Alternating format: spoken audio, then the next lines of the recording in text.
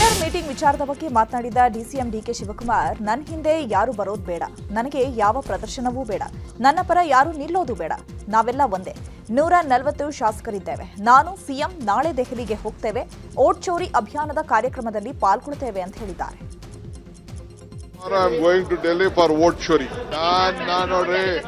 ನಾನು ಯಾವ ಬಲನೂ ಪ್ರದರ್ಶನ ಮಾಡೋದಿಲ್ಲ. ನನಗೆ ಯಾರು ನನ್ನ ಹಿಂದೆ ಬರೋದು ಬೇಡ, ಅವಶ್ಯಕತೆ ಇಲ್ಲ. ನನ್ನ ಪರವಾಗಿ ಯಾರು ಮಾತಾಡೋದು ಬೇಡ.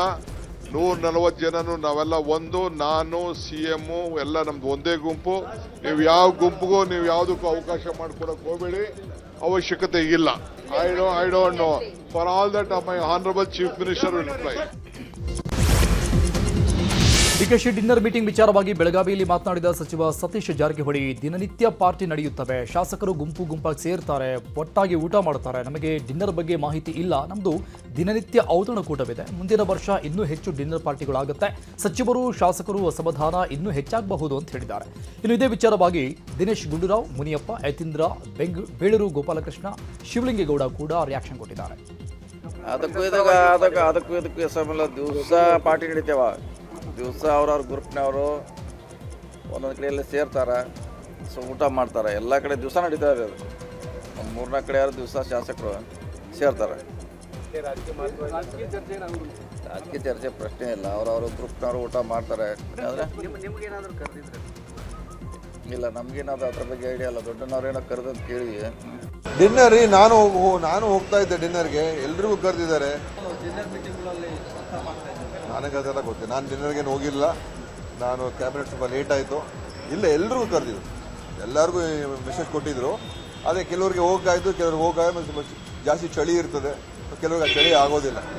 ಡಿನ್ನರ್ ನಡೀತಾನೆ ಇರ್ತದೆ. ಅವ್ರು ಕರೆದು ಹೋಗ್ತೀವಿ, ಇವ್ರು ಕರೆದು ಹೋಗ್ತೀವಿ. ಡಿನ್ನರ್ನಲ್ಲಿ ಏನಿಲ್ಲ. ಅವರಿಬ್ಬರು ಸೇರಿ, ಅವರು ಬ್ರೇಕ್ಫಾಸ್ಟ್ ಇಬ್ಬರು ಸೇರಿ ಮಾಡ್ಕೊಂಡಿದ್ದಾರೆ. ಅವರು ಒಗ್ಗಟ್ಟಾಗಿದ್ದಾರೆ.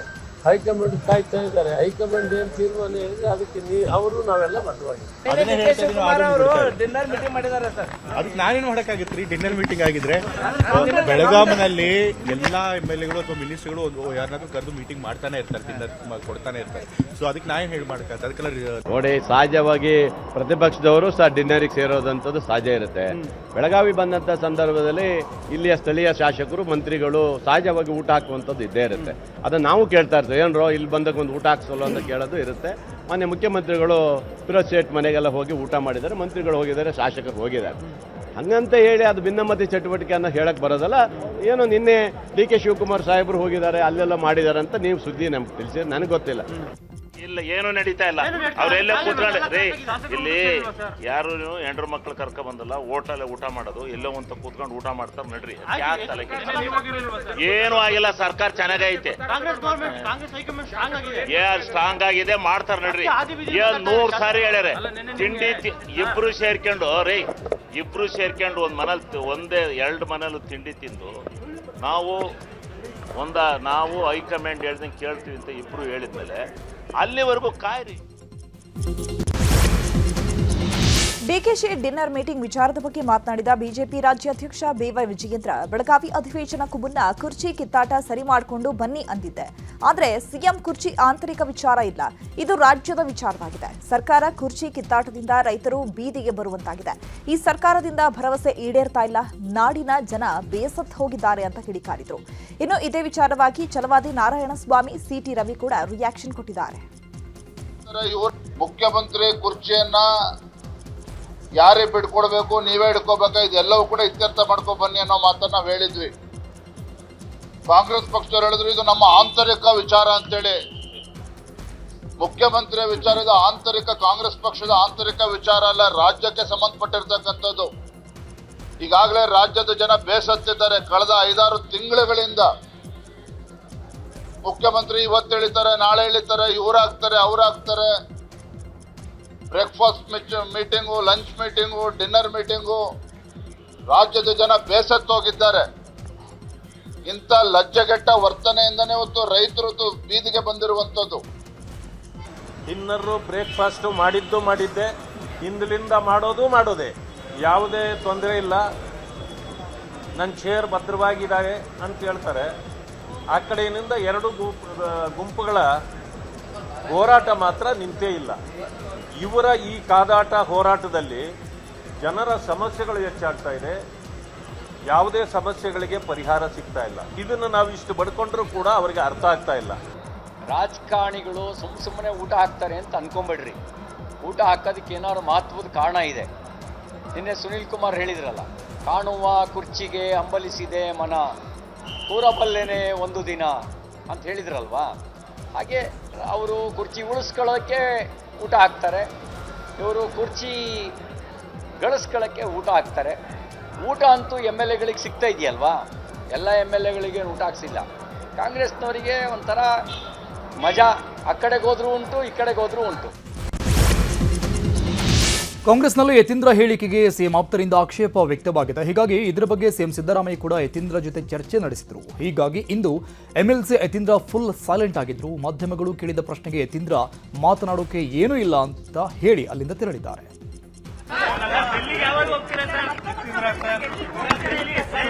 ಈಗ ನಾನು ಏನು ಹೇಳಕ್ಕಿಲ್ಲ ಅಂತ ಹೇಳಿದ್ಮೇಲೆ ಮತ್ತೆ ಕೇಳ್ತಿದ್ದೀನಿ. ಸಾರಿ, ನಾನು ಏನು ಹೇಳಕ್ಕಿಲ್ಲ.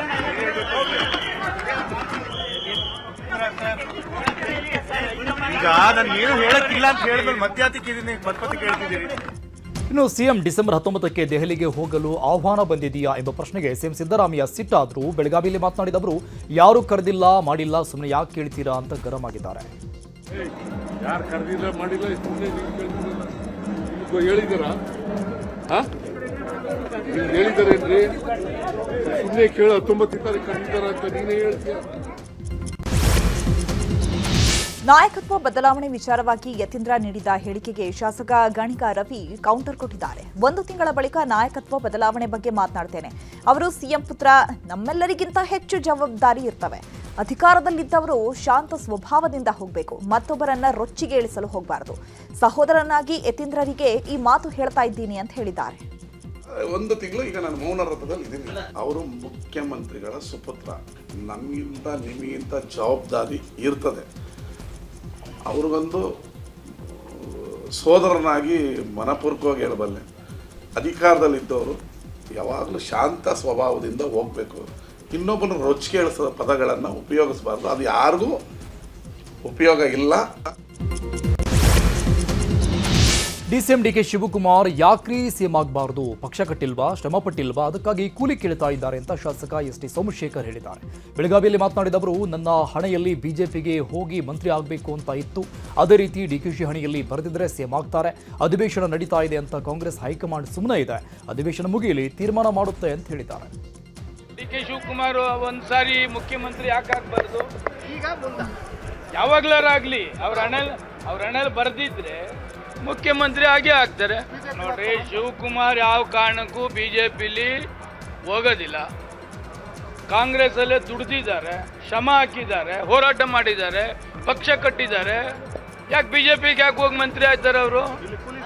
ಇನ್ನು ಸೋಮಶೇಖರ್ ಹೇಳಿಕೆಗೆ ಸಿಎಂ ಕಾನೂನು ಸಲಹೆಗಾರ ಪೊನ್ನಣ್ಣ ಟಾಂಗ್ ಕೊಟ್ಟಿದ್ದಾರೆ. ಸೋಮಶೇಖರ್ ಬಿಜೆಪಿಯಿಂದ ಉಚ್ಚಾಟಿತರಾಗಿದ್ದಾರೆ, ಈಗ ಸ್ವತಂತ್ರರಾಗಿದ್ದಾರೆ. ಆದರೆ ನಮ್ಮ ಪಕ್ಷಕ್ಕೆ ಸೇರೋದಕ್ಕಾಗಲ್ಲ, ಅವರ ಎಲ್ಲೂ ಇಲ್ಲ ಅತಂತ್ರರಾಗಿದ್ದಾರೆ. ಅನರ್ಹರಾಗಿರೋ ಶಾಸಕರು ನಮ್ಮ ಪಕ್ಷದ ಬಗ್ಗೆ ಮಾತಾಡೋ ನೈತಿಕತೆ ಇಲ್ಲ, ನಾನು ಇದ್ದೀನಿ ಅಂತ ತೋರಿಸಿಕೊಳ್ಳೋಕೆ ಮಾತಾಡ್ತಾರೆ ಅಂತ ತಿರುಗೇಟು ಕೊಟ್ಟಿದ್ದಾರೆ. ಅವರು ಭಾರತೀಯ ಜನತಾ ಪಕ್ಷದಿಂದ ಉಚ್ಚಾಟನೆ ಆಗಿದ್ದಾರೆ, ಅದರಿಂದ ಸ್ವತಂತ್ರವಾಗಿ ಮಾತಾಡ್ತಾರೆ. ಅವರ ಸ್ವಾತಂತ್ರ್ಯಕ್ಕೆ ಕಡಿವಾಣ ಹಾಕ್ಲಿಕ್ಕೆ ಸಾಧ್ಯ ಇಲ್ಲ. ಅವ್ರೇನು ಬೇಕಾದ್ರೆ ಹೇಳ್ತಾರೆ, ಅವರ ಅಭಿಪ್ರಾಯ. ಅವ್ರು ಯಾವುದೇ ಪಕ್ಷಕ್ಕೆ ಸೇರಿದವರಲ್ಲ, ಅವ್ರು ಮಾತಾಡಲು ಕೂಡುದು. ಅವ್ರು ನಮ್ಮ ಪಕ್ಷಕ್ಕೆ ಸೇರೋಂಗೂ ಇಲ್ಲ, ಯಾಕೆಂದರೆ ಡಿಸ್ಕ್ವಾಲಿಫೈ ಆಗ್ಬಿಡ್ತಾರೆ. ಆದರೆ ಅಲ್ಲೂ ಇಲ್ಲ, ಅವರು ಇಲ್ಲೂ ಇಲ್ಲ, ಪಾಪ ಅತಂತ್ರವಾಗಿದ್ದಾರೆ. ಅತಂತ್ರವಾಗಿದ್ದ ಕೆಲವು ಅಭಿಪ್ರಾಯಗಳು ವ್ಯಕ್ತಪಡಿಸ್ಕೊಂಡು ಉಳ್ಕೋಬೇಕಲ್ಲ, ರಾಜಕೀಯ ಮಾತಾಡ್ತಾರೆ. ಅದನ್ನು ನಾವೇನು ಆಕ್ಷೇಪಣೆ ಮಾಡೋದು. ಕಾಂಗ್ರೆಸ್ ಡಿನ್ನರ್ ಮೀಟಿಂಗ್ ಬಗ್ಗೆ ಸದನದಲ್ಲೂ ಚರ್ಚೆ ಮಾಡಲಾಗಿದೆ. ವಿಪಕ್ಷ ನಾಯಕ ಆರ್ ಅಶೋಕ್, ಈ ಸರ್ಕಾರದಲ್ಲಿ ಗೊಂದಲಗಳಿದೆ, ನೈಟ್ ಡಿನ್ನರ್ ಮೀಟಿಂಗ್ಗಳು ಜೋರಾಗ್ತಾ ಇದೆ. ಸ್ವಲ್ಪ ಹೋಮ್ ಮಿನಿಸ್ಟರ್ ಅವರೇ 10 ದಿನಗಳ ಅಧಿವೇಶನ ನಡೆಯೋ ತನಕ ಡಿನ್ನರ್ ಮೀಟಿಂಗ್ಗಳಿಗೆಲ್ಲ ಬಂದೋಬಸ್ತ್ ಮಾಡಿಸಿ, ಬೀಗ ಹಾಕಿಸ್ಬಿಡಿ ಅಂತ ಕಾಲೆಳೆದ್ರು. ಇನ್ನು ಇದೇ ವೇಳೆ ಅರವಿಂದ್ ಬೆಲ್ಲದ್ ಮಾತನಾಡಿ, ಸದನದಲ್ಲಿ ಡಿಕೆಶಿ ಗೈರಿಗೆ ಗರಂ ಆಗಿದ್ದಾರೆ. ಸದನದ ಹೊರಗೆ ಮುಖ್ಯಮಂತ್ರಿ ಆಗಬೇಕು ಅನ್ನೋರು ಸದನದಲ್ಲಿ ಇರೋಕೇನು, ಮಂತ್ರಿಗಳು ಕೂಡ ಇಲ್ಲ ಅಂತ ಆಕ್ರೋಶವನ್ನು ವ್ಯಕ್ತಪಡಿಸಿದ್ರು. ನನ್ನನ್ನು ಉಚ್ಚಾಟನೆ ಮಾಡಿದ ಸಂದರ್ಭದಲ್ಲಿ ಡಿಕೆಶಿ ಅವರನ್ನ ಬಿಜೆಪಿಗೆ ಸೆಳೆಯುವ ಪ್ರಯತ್ನ ನಡೆದಿತ್ತು ಅಂತ ಯತ್ನಾಳ್ ಹೊಸ ಬಾಂಬ್ ಹಾಕಿದ್ದಾರೆ. ಬೆಳಗಾವಿಯಲ್ಲಿ ಮಾತನಾಡಿದ ಅವರು, ದೆಹಲಿಯಲ್ಲಿ ಡಿಕೆಶಿ ಅವರನ್ನ ಆಪರೇಷನ್ ಮಾಡುವ ಯತ್ನ ನಡೆದಿತ್ತು. ನಾನು ಪಕ್ಷದಲ್ಲಿದ್ದರೆ ಇದು ಆಗಲ್ಲ ಅಂತ ನನ್ನ ಉಚ್ಚಾಟನೆ ಮಾಡಿದ್ರು. ವಿಜೇಂದ್ರ ತಾವು ಡಿಸಿಎಂ ಆಗಲು ದೆಹಲಿಯಲ್ಲಿ ಡಿಕೆಶಿ ಭೇಟಿ ಮಾಡಿ ಮಾತುಕತೆ ನಡೆಸಿದ್ರು. ಬಿಜೆಪಿಯವರೇ ನನಗೆ ಇದನ್ನು ಹೇಳಿದ್ರು. ಆದರೆ ಜೋಶಿ ಅವರು ಅಮಿತ್ ಶಾ ಸೂಚನೆ ಮೇರೆಗೆ ಯಾರನ್ನೂ ಸೇರಿಸಿಕೊಳ್ತಿಲ್ಲ ಅಂತ ಹೇಳಿದ್ರು ಅಂತ ಯತ್ನಾಳ್ ಸ್ಫೋಟಕ ಹೇಳಿಕೆ ಕೊಟ್ಟಿದ್ದಾರೆ. ಈಗ ಇದು ನಡೆದಿದ್ದು, ಇದು ಘಟನೆ ನಡೆದಿದ್ದು ಸತ್ಯ. ಅದು ಅವಾಗ ನಾನು ಉಚ್ಚಾಟನೆ ಮಾಡಿದ ದಿವಸಗಳಲ್ಲಿ ಅವಾಗ ಒಬ್ಬರು ರಾಷ್ಟ್ರೀಯ ನಾಯಕ ನನಗೆ ಹೇಳಿದ, ನಾನು ಉಚ್ಚಾಟನೆ ಮಾಡಿತ್ತು, ಅನಿವಾರ್ಯತೆಯಿಂದ ಪಕ್ಷ ಮಾಡಬೇಕಾಯ್ತು. ಯಾಕಂದ್ರೆ ಪ್ರೆಷರ್ ಇತ್ತು ನಮ್ಮ ಮೇಲೆ. ಯತ್ನಾಳ್ ಬಿ ಜೆ ಪಿಗಿದ್ರೆ ಈ ಒಂದು ಜಂಟಿ ಪಕ್ಷದ ಏನು ಆಪರೇಷನ್ಗೆ ತೊಂದರೆ ಆಗ್ತದೆ. ಅದಕ್ಕೆ ಆ ಮನುಷ್ಯನ ಹೊರಗಿಟ್ಟರೆ ನಾವು ಒಳ್ಳೇದಾಗ್ತದೆ ಅಂದ್ರೆ ಮ್ಯಾಗಿನವ್ರ ಪಾಪ ಏನೋ ಒಂದು ಆ್ಯಕ್ಷನ್ ಮಾಡಬೇಕಂತ ನಾನು ಉಚ್ಚಾಟನೆ ಮಾಡಿದೆ. ಸಂಕ್ರಾಂತಿ ಅಲ್ಲ, ಅಧಿವೇಶನ ಮುಗಿದ ಕೂಡಲೇ ಡಿಕೆಶಿ ಸಿಎಂ ಆಗ್ತಾರೆ ಅಂತ ಬೆಳಗಾವಿಯಲ್ಲಿ ಡಿಕೆಶಿ ಆಪ್ತ ಇಕ್ಬಾಲ್ ಹುಸೇನ್ ಹೇಳಿದ್ದಾರೆ. ಡಿಕೆಶಿ ಹಣೆಯಲ್ಲಿ ಬರೆದಿದೆ ಅವರು ಸಿಎಂ ಆಗ್ತಾರೆ ಅಂತ. ನಿನ್ನೆ ನಾವು 55 ಜನ ಶಾಸಕರು ಊಟಕ್ಕೆ ಸೇರಿದ್ವಿ, ಊಟ ಮಾಡಿದ್ದೇವೆ ಅಷ್ಟೇ. ಶಿವಕುಮಾರ್ ಸಿಎಂ ಆಗಬೇಕು ಆಗ್ತಾರೆ, ಫಲಕ್ಕೆ ತಕ್ಕ ಪ್ರತಿಫಲ ಸಿಗುತ್ತೆ ಅಂತ ಹೇಳಿದ್ದಾರೆ. ಇನ್ನು ಇದೇ ವಿಚಾರವಾಗಿ ಬಾಲಕೃಷ್ಣ, ಶಿವಗಂಗಾ ಹಾಗೂ ದರ್ಶನ್ ಪುಟ್ಟಣಯ್ಯ ಕೂಡ ರಿಯಾಕ್ಷನ್ ಕೊಟ್ಟಿದ್ದಾರೆ. ಅವ್ರ ಹೇಳಿಕೆ ಅವ್ರ ಸ್ವಭಾವವಾಗಿ ಹೇಳ್ತಾರೆ. ನಾನು ಹೇಳ್ತಾ ಇದ್ದೀನಿ, ಶಿವಕುಮಾರ್ ಅವ್ರಿಗೆ ಒಂದು ಅವಕಾಶ ಇದೆ, ಶಿವಕುಮಾರ್ ಅವರು ಮುಖ್ಯಮಂತ್ರಿ ಆಗ್ತಾರೆ. ಈ ಎಲ್ಲದಕ್ಕೂ ಹಣೆ ಬರಾನೇ. ಈಗ ನಾನು ಶಾಸಕನಾಗಬೇಕಾದ್ರೂ ಹಣೆ ಬರಾನೇ ಅಲ್ವಾ? ಏನು ಆಗದವ್ರೆ ಹಣೆ ಬರಕ್ಕೆ ಹೊಣೆ ಯಾರು? ಸೊ ಎಲ್ಲನೂ ಭಗವಂತ ಹಣೆ ಬರದಲ್ಲಿ ಬರ್ತಿದ್ರೆ ಆಗೋದು. ಸೊ ಶಿವಕುಮಾರ್ ಒಂದು ಅವಕಾಶ ಇದೆ. ಶಿವಕುಮಾರ್ ಮೀಟಿಂಗ್ ಅನ್ನು ಮಾಡಿದ್ದೇವೆ. ಇದರಲ್ಲಿ ವಿಶೇಷವಾದಂಥ ಅರ್ಥ ಕಲ್ಪಿಸ್ತಕ್ಕಂಥದ್ದು ಬೇಡ. ನಾವೇನು ಚರ್ಚೆ ಮಾಡಲಿಲ್ಲ. ಓದೋ, ಊಟ ಮಾಡ್ದೋ, ಎಲ್ಲ ಸುಮ್ಮನೆ ಒಂದು ಕ್ಯಾಶುವಲ್ ಡಿಸ್ಕಷನ್ ಮಾಡೋದು ಬಂದು ಅಷ್ಟೇ. ಡಿನ್ನರ್ ಮೀಟಿಂಗ್ ಬಂದ್ಮೇಲೆ ರಾಜಕೀಯ ಮಾಡೋದಂಗೆ ಇರ್ತೀವ. ಈ ಯಾವ ದಿನ ರಾಜಕೀಯನೇ ನಾವು ಮಾಡೋದು. ಶುರು ಮಾಡೋದ್ರಿಂದ ಒಂದು ದಿನ ರಾಜಕೀಯ ಮಾಡೋದು. ಯಾವುದು ಡೆಡ್ಲೈನ್ ಇಲ್ಲ. ನಿಮಗೆ ಜನವರಿಗೆ ಮಾತಾಡ್ತೀನಿ ಈ ಹಿಂದೆ ಒಂದು ಹೇಳಿಕೆ ಕೊಟ್ಟಿದ್ದೆ, ರಕ್ತದಲ್ಲಿ ಬರ್ಕೊಡ್ತೀನಿ ಡಿಸೆಂಬರ್ ಅಂತ ಹೇಳಿ. ಆ ಅವಧಿ ಮುಗಿಲಿ, ರಕ್ತದಲ್ಲಿ ಬರ್ಕೊಟ್ಟಿದ್ದು ರಕ್ತ ಒಣಗಿದೆಯೋ, ರಕ್ತ ರೇಟಿಂಗ್ ಇದೆಯೋ ಇಲ್ಲ ಅನ್ನೋದು ಜನವರಿ ಮಾತಾಡ್ತೀನಿ. ಇನ್ನು ಜಮೀರ್ ಕೂಡ ನಾಯಕತ್ವ ಬದಲಾವಣೆ ವಿಚಾರವಾಗಿ ಮಾತನಾಡಿದ್ದು, ಹೈಕಮಾಂಡ್ ನಿರ್ಧಾರವೇ ಅಂತಿಮ. ಪಕ್ಷ ಹಾಕಿದ ಗೆರೆ ನಾನ್ ದಾಟಲ್ಲ. ಶಿವಕುಮಾರ್ ಈಗಲೇ ಆಗ್ತಾರಾ, 2028ಕ್ಕೆ ಆಗ್ತಾರಾ, ಅದು ಹೈಕಮಾಂಡ್ ನಿರ್ಧಾರ ಮಾಡುತ್ತೆ ಅಂತ ಹೇಳಿದ್ರು.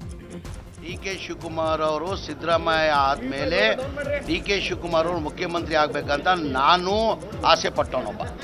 ನನಗೂ ಅವ್ರು ಆಗಬೇಕಂತ. ಯಾವಾಗ? ಸಿದ್ದರಾಮಯ್ಯ ಆದಮೇಲೆ 28ವರೆಗೂ ಸಿದ್ದರಾಮಯ್ಯ ಕುರ್ಚಿಯಲ್ಲಿ ಕೂತಿದ್ದಾರೆ. ಇಲ್ಲ, ಈಗ ಕಾಂಗ್ರೆಸ್ಸಲ್ಲಿ ಯಾವ ಬಣನೂ ಇಲ್ಲ, ಏನು ಬಣಲ್ಲ. ಕಾಂಗ್ರೆಸ್ಸಲ್ಲಿ ಇದ್ದವರು 140 ಜನನು ಹೈಕಮಾಂಡ್ ಕಾಂಗ್ರೆಸ್ ಬಣ. ನಿನ್ನೆ ಡಿ.ಸಿ.ಎಂ ಅವರು ನಿನ್ನೆ ನನ್ನ ಕರೆದಿದ್ರು. ನಾನು, ಕಂಬಲಿ ಗಣೇಶು, ನಾಗೇಂದ್ರ, ವೈದ್ಯ, ಶಿವಗಂಗಾ ಅವರು, ಆಸಿಫ್ ಸೇಠ್ ಅವರು ನಿನ್ನೆ ಎಲ್ಲೋ ನಮ್ಮ ಸ್ನೇಹಿತರ ಮನೆಗೆ ಊಟಕ್ಕೆ ಹೋಗಿದ್ರು. ಆ ಕಾರಣಕ್ಕೆ ಹೋಗೋಕ್ಕಾಗಲಿಲ್ಲ. ಡಿ.ಸಿ.ಎಂ ನಮ್ಮನ್ನೆಲ್ಲ ಇನ್ವೈಟ್ ಮಾಡಿದ್ದಾರೆ. ಪರಿಶಿಷ್ಟರ ಕಲ್ಯಾಣಕ್ಕೆ ಮೀಸಲಿಟ್ಟ ಹಣವನ್ನ ಗ್ಯಾರಂಟಿಗೆ ಬಳಕೆ ಮಾಡಲಾಗ್ತಾ ಇದೆ ಎಂಬ ಆರೋಪ ಕೇಳಿ ಬರ್ತಾ ಇತ್ತು. ಆದ್ರೀಗ ಪರಿಷತ್ ಕಲಾಪದಲ್ಲೇ ಸಚಿವ ಮಹದೇವಪ್ಪ ಇದರ ಬಗ್ಗೆ ವಿವರಣೆ ಕೊಟ್ಟಿದ್ದಾರೆ. ಹೇಮಲತಾ ನಾಯಕ ಕೇಳಿದ ಪ್ರಶ್ನೆಗೆ ಉತ್ತರ ಕೊಟ್ಟ ಮಹದೇವಪ್ಪ, ಗ್ಯಾರಂಟಿ ಯೋಜನೆಗಳಿಗೆ SC/ST ಅಥವಾ TSP ಹಣ ಬಳಸಲಾಗಿದೆ. ಪರಿಶಿಷ್ಟರ ಹಣ ಸುಮಾರು 37,000 ಕೋಟಿ ಬಳಕೆ ಮಾಡಲಾಗಿದೆ ಅಂತ ಮಾಹಿತಿ ಕೊಟ್ಟಿದ್ದಾರೆ. ಸದ್ಯ ಪರಿಶಿಷ್ಟರ ಹಣ ಗ್ಯಾರಂಟಿಗೆ ಬಳಸಿದ್ದಕ್ಕೆ ವಿಪಕ್ಷಗಳು ಕಿಡಿಕಾರಿದ್ದಾವೆ. ಕಲಾಪದಲ್ಲಿ ಇವತ್ತು ಗೃಹಲಕ್ಷ್ಮಿ ಹಣ ಬಿಡುಗಡೆ ತಡವಾಗಿರುವ ವಿಚಾರದ ಬಗ್ಗೆ ಚರ್ಚೆ ನಡೆಸಲಾಗಿದೆ. ಶಾಸಕ ಮಹೇಶ್ ತೆಂಗಿನಕಾಯಿ ಫೆಬ್ರವರಿ ಮಾರ್ಚ್ ತಿಂಗಳ ಹಣ ರಿಲೀಸ್ ಮಾಡದ ಬಗ್ಗೆ ಸಚಿವೆ ಲಕ್ಷ್ಮೀ ಹೆಬ್ಬಾಳ್ಕರ್ಗೆ ಸ್ಪಷ್ಟನೆ ಕೇಳಿದ್ದಾರೆ. ಈ ವೇಳೆ ಹೆಬ್ಬಾಳ್ಕರ್ ಪರವಾಗಿ ಸಿಎಂ ಸಿದ್ದರಾಮಯ್ಯ ಉತ್ತರಿಸಿದ್ದು, ಮಾರ್ಚ್ ತಿಂಗಳ ಹಣ ಬಿಡುಗಡೆ ಆಗಿಲ್ಲ ಅಂದ್ರೆ ಮಾಡಿಸೋಣ, ಸಾಮಾನ್ಯವಾಗಿ 2 ತಿಂಗಳು ವಿಳಂಬ ಆಗುತ್ತೆ, ಬಂದಿಲ್ಲ ಅಂದ್ರೆ ಕೂಡಲೇ ಕೊಡಿಸುವ ಕೆಲಸ ಮಾಡ್ತೇವೆ ಅಂತ ಹೇಳಿದ್ರು. ಈ ಸದನಕ್ಕೆ ಸಚಿವರು ಸುಳ್ಳು ಮಾಹಿತಿ ನೀಡಿದ್ದಾರೆ ಅಂತ ಆರ್ ಅಶೋಕ್ ಹೇಳಿದ್ದಾರೆ. ಇದಕ್ಕೆ ಪ್ರತಿಕ್ರಿಯಿಸಿದ ಸಿಎಂ, ವಿರೋಧ ಪಕ್ಷದವರಿರೋದೇ ಸುಳ್ಳು ಹೇಳೋದಕ್ಕೆ ಅಂತ ತಿರುಗೇಟನ್ನ ಕೊಟ್ಟಿದ್ದು, ಈ ವೇಳೆ ಅಶೋಕ್ ಸಿಎಂ ಮಧ್ಯೆ ಜಟಾಪಟಿ ನಡೆದಿದೆ. ಇನ್ನು ಸದನದ ಬಳಿಕ ಮಾತನಾಡಿದ ಶಾಸಕ ಮಹೇಶ್ ತೆಂಗಿನಕಾಯಿ, ಸಚಿವೆ ಲಕ್ಷ್ಮೀ ಹೆಬ್ಬಾಳ್ಕರ್ ತಪ್ಪು ಮಾಹಿತಿ ನೀಡಿ ಸದನದ ದಾರಿ ತಪ್ಪಿಸಿದ್ದಾರೆ. ಅವರ ವಿರುದ್ಧ ಆಗಬೇಕು ಕ್ರಮ ಅಂತ ಕೇಳಿದ್ದೇವೆ. ನಾವು ಕೇಳಿದ್ದ ಫೆಬ್ರವರಿ ಮಾರ್ಚ್ ತಿಂಗಳ ಗೃಹಲಕ್ಷ್ಮಿ ಹಣ, ಆದ್ರೆ ಆಗಸ್ಟ್ವರೆಗೆ ಹಣ ಬಿಡುಗಡೆ ಮಾಡಿದ್ದೇವೆ ಅಂತಾರೆ. ಹಾಗಿದ್ರೆ 2 ತಿಂಗಳ ಹಣ ಎಲ್ಲಿ ಹೋಯ್ತು? ಇದಕ್ಕೆ ಸರ್ಕಾರ ಉತ್ತರಿಸಬೇಕು ಅಂತ ಹೇಳಿದ್ದಾರೆ. ಬೆಳಗಾವಿ ಸುವರ್ಣಸೌಧದ ಮುಂಭಾಗ ರೈತರ ಹೋರಾಟ 5ನೇ ದಿನವೂ ನಡೀತಾ ಇದೆ. ಸುವರ್ಣಸೌಧದ ಮುಂಭಾಗ ವಿವಿಧ ಬೇಡಿಕೆ ಒತ್ತಾಯಿಸಿ ರೈತರ ಆಕ್ರೋಶ ಜೋರಾಗಿದೆ. ಅಲಾರವಾಡ್ ಕ್ರಾಸ್ ಬಳಿ ಕರ್ನಾಟಕ ರಾಜ್ಯ ರೈತ ಸಂಘ ಸಚಿವರ ವಾಹನಕ್ಕೆ ಮುತ್ತಿಗೆ ಹಾಕಿ ಆಕ್ರೋಶ ವ್ಯಕ್ತಪಡಿಸಿತು. ಸರ್ಕಾರದ ಪ್ರತಿನಿಧಿಯಾಗಿ ಆಗಮಿಸಿದ ಸಚಿವ ಮಂಕಾಳ್ ವೈದ್ಯ ವಾಹನಕ್ಕೆ ಮುತ್ತಿಗೆ ಹಾಕಿ ಕಿಡಿಕಾರಿದ್ದಾರೆ. ರೈತರ ಮನವೊಲಿಕೆ ಯತ್ನಿಸಿ ಸಚಿವರ ವಿರುದ್ಧ ಆಕ್ರೋಶ ಹೊರಹಾಕಲಾಯಿತು. ಕಬ್ಬಿಗೆ 3,500 ರೂಪಾಯಿ ದರ ಕೊಡಬೇಕು, ರೈತ ಹಾಲಿಗೆ 100 ರೂಪಾಯಿ ಬೆಂಬಲ ಬೆಲೆ ಕೊಡಬೇಕು ಅಂತ ಆಗ್ರಹಿಸಿದ್ದಾರೆ. ರೈತರ ಮನವೊಲಿಕೆ ಡಿಸಿ ಮೊಹಮ್ಮದ್ ರೋಷನ್ ಕೂಡ ಪ್ರಯತ್ನ ಪಟ್ಟರು.